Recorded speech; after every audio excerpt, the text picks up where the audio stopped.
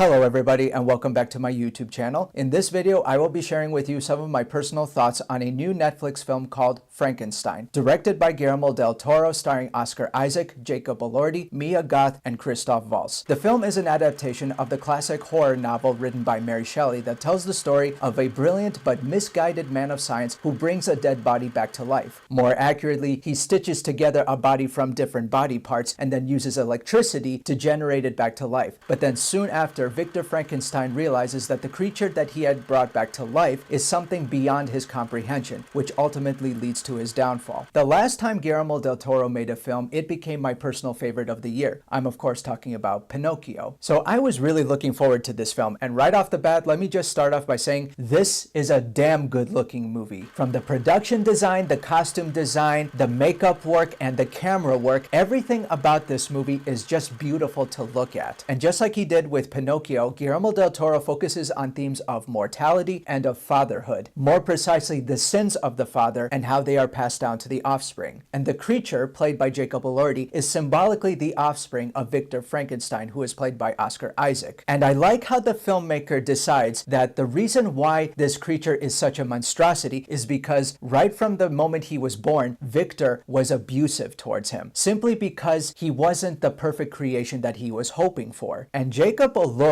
is absolutely stellar. He is totally the best part of the movie, not just because of the makeup or his acting, but because of his storyline. The movie is actually split into two parts. The first part deals with Victor Frankenstein, from his childhood to his education to what led him to make this monster in the first place. And then the second part of the movie is from the monster's perspective, right from the moment that he is set loose into the world. From that moment on, I became so invested in this movie, and I loved observing this creature as he explores every aspect of life, from nature to the animals. From observing a family from afar, he learns how to read, he learns how to talk, and unfortunately, he does learn about his background and how he came to be the way he was. And you really do feel that sense of loneliness and self-loathing from the creature. But the one scene that really got to me was when the creature has a conversation with an old blind man, and he confesses to him that he is a monster, but the old man says in response, he is a good man and that he is a friend. And that scene just broke me. And Jacob Elordi killed it, because after all, this is what the creature really wanted. He wanted kindness, he wanted empathy, and he wanted companionship. However, I will say that there were certain parts of this film that didn't really hit me quite as hard as it was probably intended to. There is another character in this movie that shows him a lot of kindness, and that is Mia Goth's character, Elizabeth. When Elizabeth first sees him, she is in awe and she is immediately kind to this creature. However, that moment to me read a bit false. And that's because I did read the book in high school, and just as in the book, in the movie, the old man is sympathetic to the monster because he is blind. He cannot see. So he has no idea what this creature looks like. Thematically, that character was supposed to represent how mankind judges people based on how they look. Elizabeth, on the other hand, she just accepts him fully. And I get that the character Elizabeth is supposed to be this innocent child of nature who tries to look for the beauty in all living things, but that character felt more like a trope than a character to me, and took away a lot of the things that I felt like the old man gave in this film. Another issue that I had with this film is, well, like I said, it is a beautiful film. However, I think that the production value could be a bit distracting. There were a lot of times where I felt like the filmmaker was more focused on making the movie look good rather than focusing on how he could tell this scene appropriately. There were a lot of wide shots used when he could have used a lot more close-ups and a lot more cuts. So I wasn't really able to invest myself emotionally all the way through. That happened more so in the first part of the film, which leads me to my biggest issue of the movie, and that is Victor Frankenstein himself. This guy